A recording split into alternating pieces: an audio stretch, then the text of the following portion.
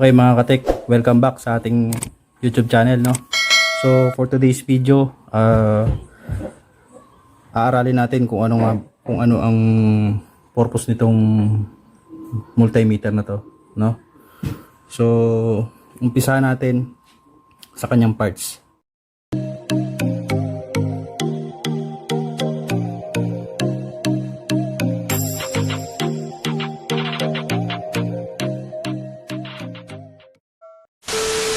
Ayan mga katek, no? So ang kanyang specs is 10 ampere, 1000 volts. Ayan. So ito yung kanyang tinatawag na test probe. Okay, test probe. So meron din po yung kasamang pan-temperature. So ayan, para po sa Celsius and Fahrenheit. Okay. So ito yung last part natin. Okay, so dito muna tayo sa ating digital multimeter. So ano nga ba yung nilalaman ng ating digital multimeter? So dito meron siyang hold. Ito po yung kanyang selector. At ito yung kanyang mga selection. Okay?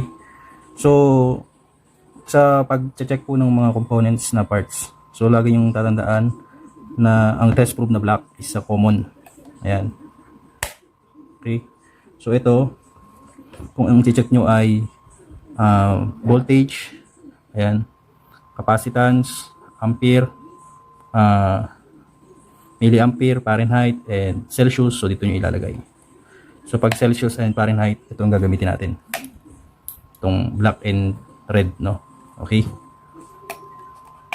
So bali dito mga katek, ayan. So meron po yung voltage, DC voltage, and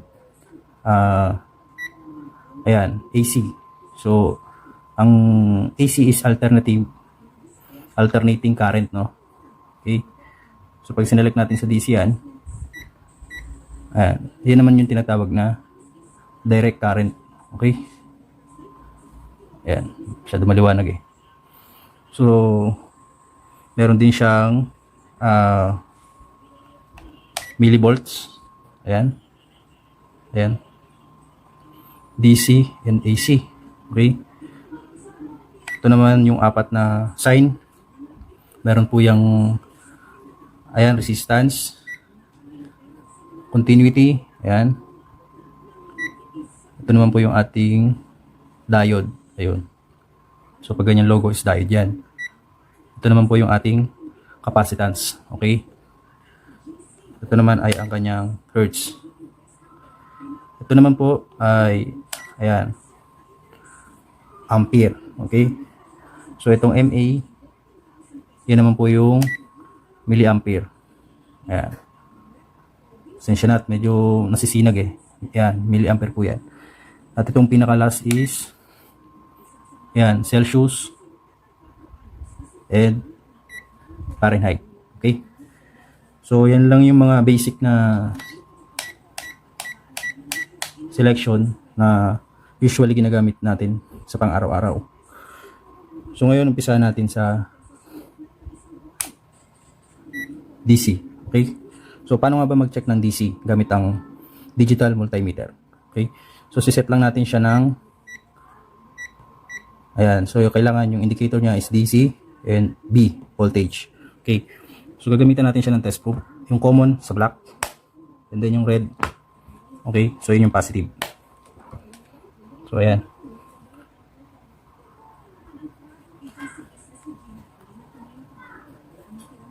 So may lock yan. Ito, tatatanggal to. Yan. Para purpose niya para hindi lang magdikit, no? So ito yung ating symbols, okay? So pag alam niyo tong symbols na to,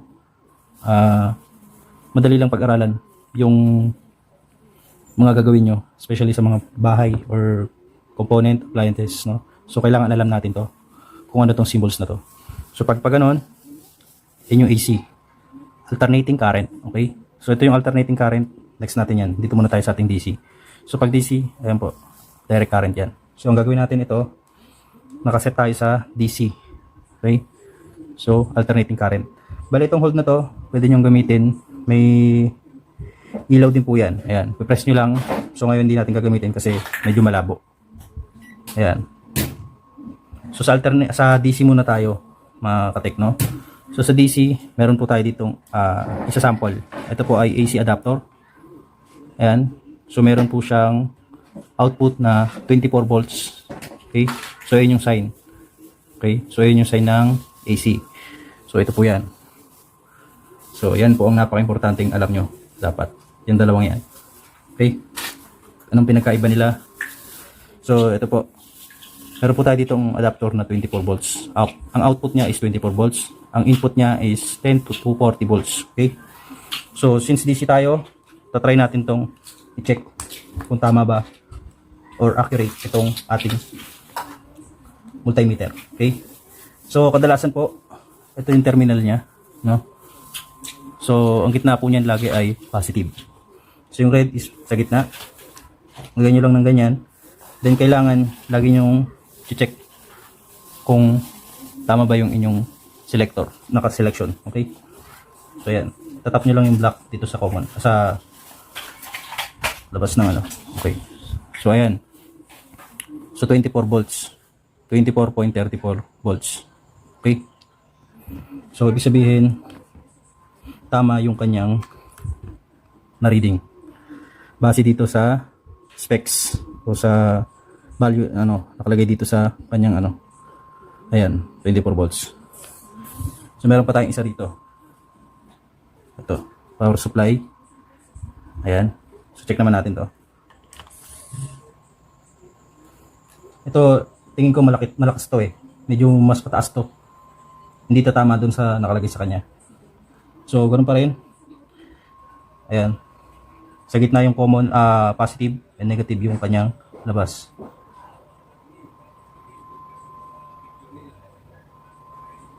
Ayan 5.1 volts. So check natin bakit ganun. Check natin gamit ang ating analog. So since ito ay 3.0 volts, dapat ang inyong selection ay sa 10 lang. So dapat papalo siya hanggang dito. So 4. Ayan. So dapat dito lang siya. Pero check natin. So ito. Positive. Ito yung negative. Tingnan niyo yung natin. So ayun. So lumampas siya. 5.0 din siya sa ating analog tester, no?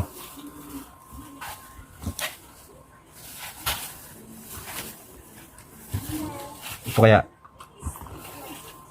Bali ito ay 24 volts, no? So 10 lang to, bali i-select niyo siya ng 50. Kasi pag nilagay niyo sa 10, lalagpas yan. Maaaring masira inyong pointer.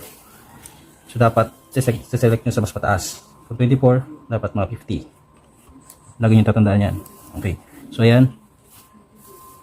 So yun. 24.5. 24.5. Ayun, 24.5. Yan o.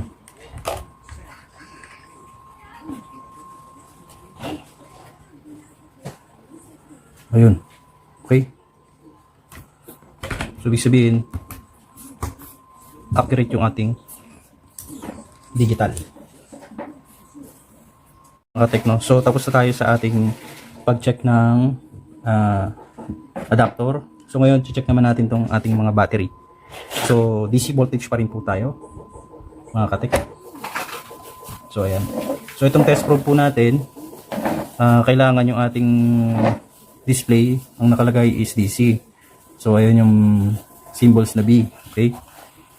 So, lagi niyo pong tatandaan, mayroon pong nakalagay na sign na positive and negative.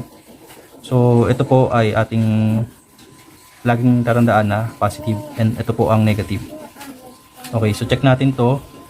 Ito pong battery ng motor ay dapat 12 volts. Ayan, so 12 volts po ang kanyang karga. Dapat. So, maintain yun. So, check natin gamit ang ating digital. So, ayan. So, kung makikita nyo, ang nakalagay na lang po is 10.81 volts. So, hindi na siya 12 volts. No? Actually, itong battery na to, tinanggal ko sa aking motor dahil hindi na siya nag-charge, no? So, nagpalit na ako ng bago kasi almost magto 2 years or 1.5 year na to. Okay? So, meron din tayo ditong mga battery. Ito, yung tinatawag na disposable battery. So, paano nga ba check ang disposable battery kung may laman pa? Okay, so ayan. Kung mababasa nyo, ayan, malabo eh. AAA 1.5 volts ang kanyang voltahe, no? Pagbago. So, ito ay pinagpalitan. Check natin. Gamit pa rin ang ating digital. So, nakaset pa rin siya sa voltage. So, susundan nyo lang. Ayan. So, may sign naman yan. May symbols naman yan. Negative and positive. So, yung probes nyo, ilalagay nyo yung negative sa ilalim. Okay? So, ganyan. Then, check natin. Okay?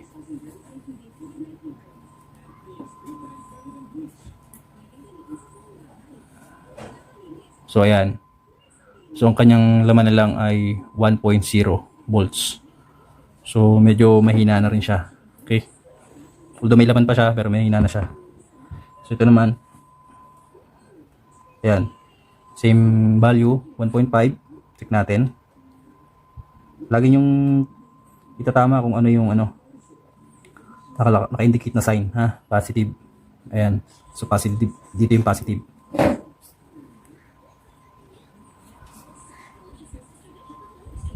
So, ito. May laman pa to. Dahil ang kanyang laman, ang kanyang reading ay ayan. So, ang lumabas sa tawas ay 1.42 volts. So, ibig sabihin, good pa to. No? Ayan, bago pa eh. So, ibig sabihin, magagamit pa natin to. So, tapos na tayo sa ating, sa ating DC o direct current. So, select naman natin yung ating digital sa AC. So, ayan. True RMS, AC, alternating current, no? So, yung tinatawag nating alternating current. So, ano nga ba ang alternating current? Ang alternating current, yan po yung usually na ginagamit sa bahay. So, kung wala nyan, hindi po gagana ang ating mga appliances tulad po ng TV, electric fan, aircon, o etc. Okay? So, check natin. Yan. So, nakaselect tayo. Lagi yung, bago kayo mag-check ng isang supply, dapat lagi nating to double check yung selection. Kasi kung hindi, masisira ang ating device. Okay. So, yan. Nakaselect siya sa AC volts. Ayan. So, check natin. Sa pag-check ng voltahe ng AC, ayan, kahit magkahiwalay. Okay. So, ayan. So, pwede nyong i-hold yan. Kung gusto nyo na steady lang yung kanyang reading, ayan, i-hold nyo siya. So, hindi na magagalaw yan. So, ang reading ng ating supply dito, 235 volts AC. O BAC, ang tinatawag na BAC. True, 235 volts BAC. Okay? So, yan na, maliwanag mga katek. So, tapos na po tayo sa pag-check ng ating AC, alternating current, at ang ating DC, no, na direct current. So, dito naman po tayo sa resistance, diode, capacitance, and continuity. Okay. So, sa resistance po, ayan, nakaset po sa resistance. So, bali, sa sample ko lang po itong ating circuit dito. So, meron tong mabilisan lang, meron tong resistor. So, sa pag-check po niyan, ayan, ilalagay nyo lang po yung probes nyo. Ayan. So, ang kanyang reading is 10.19 resistance kilo ohms. Ayan, no? Kasi 5 band siya. 5 band yan. So, ang kanyang, ayan, 10.5 kilo ohm.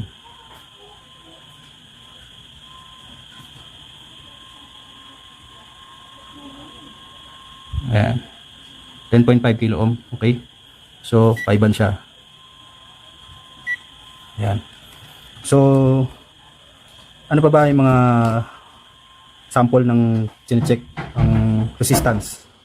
So halimbawa yung pan motor or wash motor. So doon malalaman natin kung alin dun yung high, mid, and low sa pamamagitan ng resistance. So ngayon hanggang wala tayong sample nun. So forward tayo sa continuity.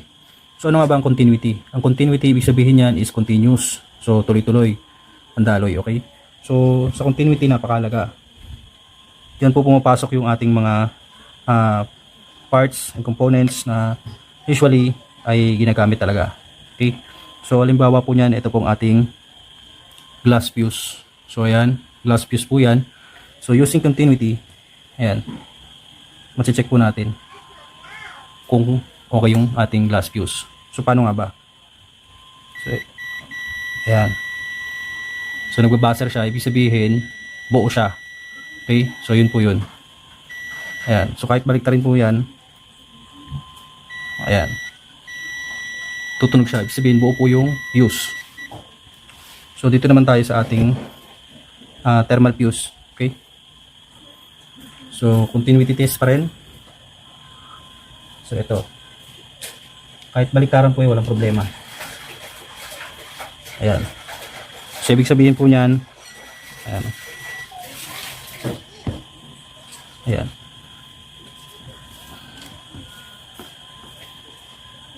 Ibig sabihin po niyan, open ang ating thermal fuse. Okay.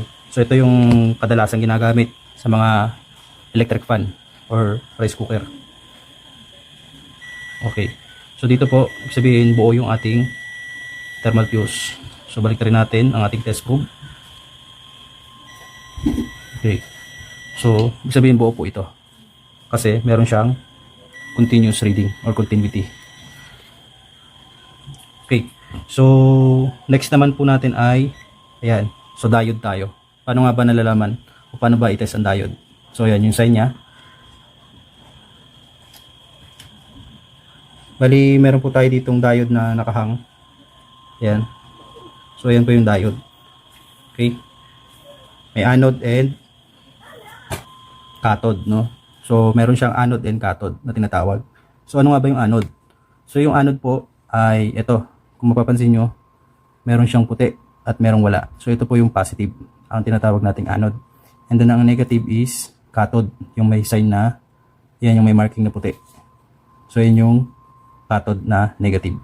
So sa pag-check po niyan, set natin yung ating digital sa ayan, diode. Okay. So ganito lang yan. Test probe nyo. Negative, positive.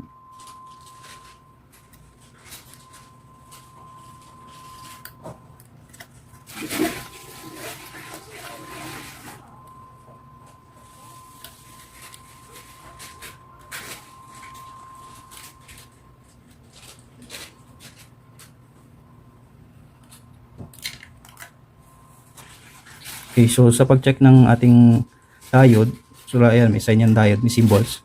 So dito po yung ating positive. Lagi niyo po tatandaan, ayan, yung may marking na puti, yun po yung negative. Okay? So ilalagay natin yung test probe dyan. Nakahang po yan, ha. Ayan. So yun, ang reading niya. 0.6. Okay? So ayan, 0.6. So bali pag binaligtad po natin yan, wala pong reading yan dapat. Pagbuo ang diode. Okay, so ayan. Wala siyang reading. Kasi buo siya. Ibig sabihin po nun, buo. Ayan. Okay, so yun na, yun yung basic ng diode. So punta naman po tayo sa ayan, capacitor. Capacitance. Okay. So sa pag-check ng capacitance, so meron tayo ditong ito 100 UF or microfarad. 100 microfarad. Ito po ay non-polarized, non-polar. So ganito lang po pag-check niyan. Ito pong white na to is negative. Ito po ay positive. Test probe nyo. Lagay nyo sa negative.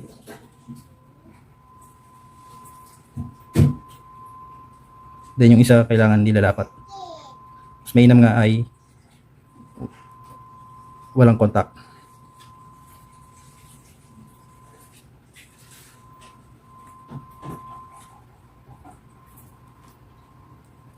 So nagdikit pa. Ayaw pa magpakuha.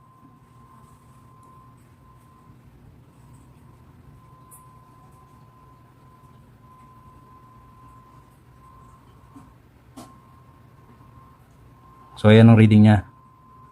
110.6. Okay, kita nyo?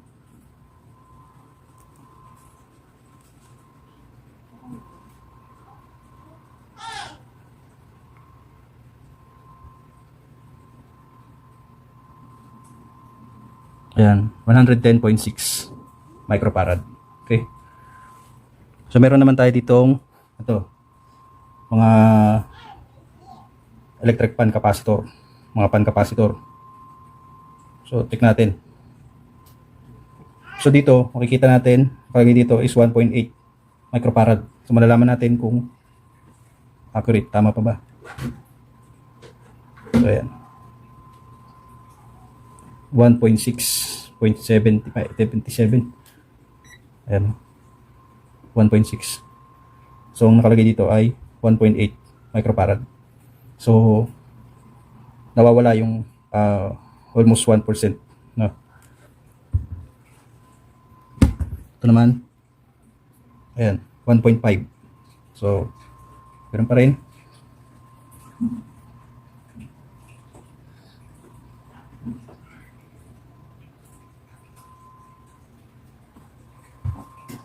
Hold pala, sorry. Ayan. So ang reading niya, ang lumabas sa tawas 1.5.18 microfarad. Ayan. 1.5. Okay, so tama siya. So ibig sabihin, good tong ating capacitor, magagamit pa natin. So ito pa. Ito ay pinagbaklasan. So gamit na to eh. Check natin. Ang kanyang microfarad, kanyang value is 1.5. So check natin. Yun. So ang lumabas sa tawas 1.2. So ibig sabihin change value na to. Okay. So hindi na siya natin pwedeng gamitin. Change value na siya. Kasi ang nakalagay sa kanya is 1.5 microfarad. So ang lumabas doon 1.7, 1.27, 26. So layo na, no? Okay.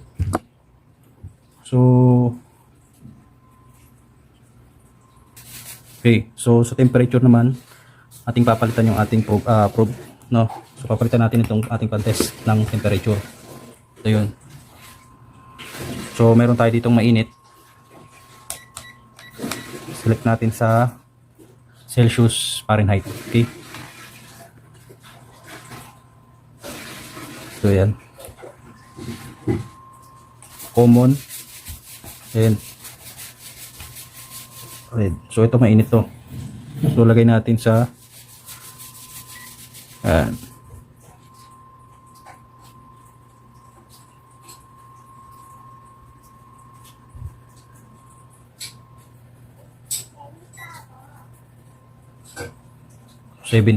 Celsius.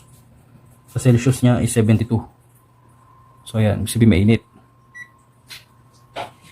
Oh, yan yung Fahrenheit niya, 161. Okay. Nasa natin.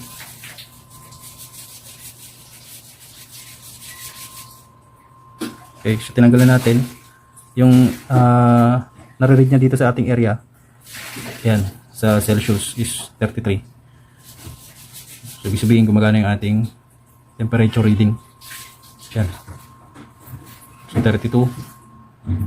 Ayan. Nag-defrost tayo ng rep eh. Hindi natin matos sa malamig. So sa ano naman, sa temperatura lang dito. So ayan siya, 31. Okay mga katek, no. So kung meron po kayong mga katanungan or suggestion, comment down below lang po, no. So kung nagustuhan niyo po itong ating ginawang video, huwag niyo pong kalimutang mag-subscribe, no. Click niyo lang po yung ating notification bell and paki-like po, at bawat isang subscribe po sa inyo ay napakahalaga, no. So sana po mag-subscribe kayo para naman po mas marami pa tayong may upload at mapag-aralan dito sa ating channel, no? So yun lang, stay safe po tayo. God bless, no? So yun lang.